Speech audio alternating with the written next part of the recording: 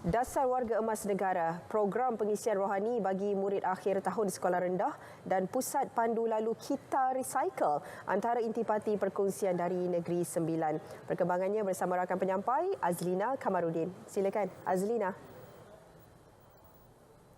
Terima kasih Angkasa Puri. Kerajaan Negeri Sembilan beri komitmen terhadap Dasar Warga Emas Negara DWEN dan Pelan Tindakan Warga Emas Negara PTWEN bagi meningkatkan kesejahteraan hidup rakyat di negeri ini.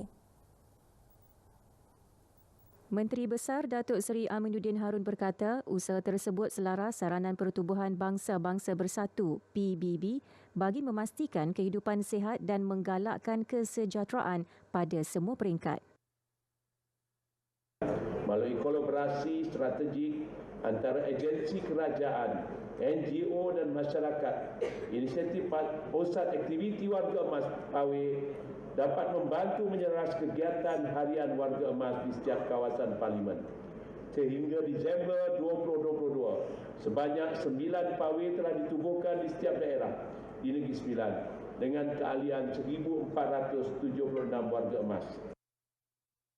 Beliau berucap pada Majlis Penghargaan Pesara Pentadbiran Kerajaan Negeri Sembilan 2022 di Seremban. Tambahnya, agensi negeri dan pihak berkuasa tempatan PBT juga perlu memastikan pembinaan bangunan dan infrastruktur awam sesuai dengan keperluan golongan pesara dan warga emas. Program Khatam Al-Quran Perdana Sekolah-Sekolah Kementerian Pendidikan Peringkat Negeri Sembilan diadakan baru-baru ini di Masjid Sikamat Seremban bagi meraihkan kejayaan pelajar darjah 6 menamatkan pembelajaran di peringkat sekolah rendah. Program mendapat sambutan memberangsangkan dengan 1,500 murid darjah 6 dari Sekolah Kebangsaan dan Sekolah Jenis Kebangsaan Cina. Seluruh Negeri Sembilan mengambil bahagian. Majlis penutupan program khatam disempurnakan Menteri Besar Datuk Seri Aminuddin Harun.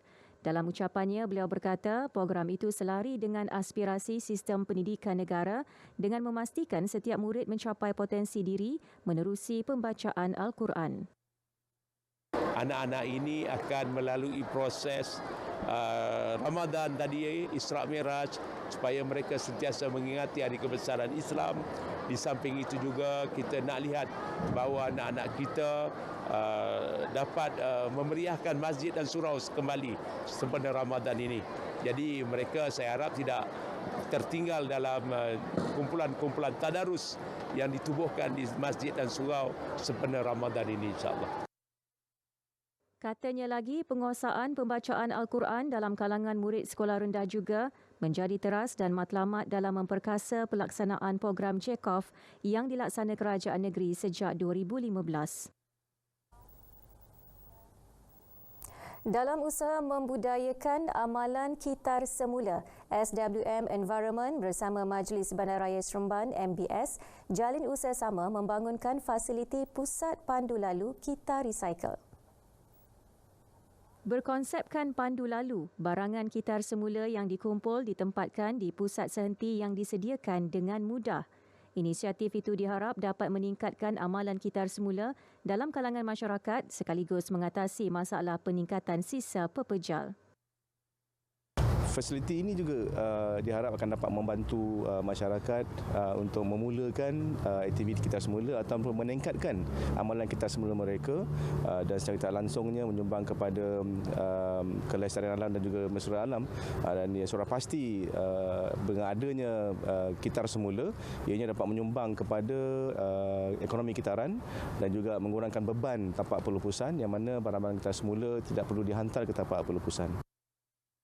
Pusat Pandu Lalu Kita Recycle beroperasi setiap hari bagi memudahkan urusan kitar semula orang ramai. Sejak dilancarkan Disember tahun lalu, SWM Environment berjaya mengumpulkan lebih 4 tan barangan kitar semula. Laporan itu mengakhiri paparan berita wilayah dari Negeri Sembilan. Kembali ke Angkasa Puri Kota Media. Baik, terima kasih Azlina langsung dari Negeri Sembilan.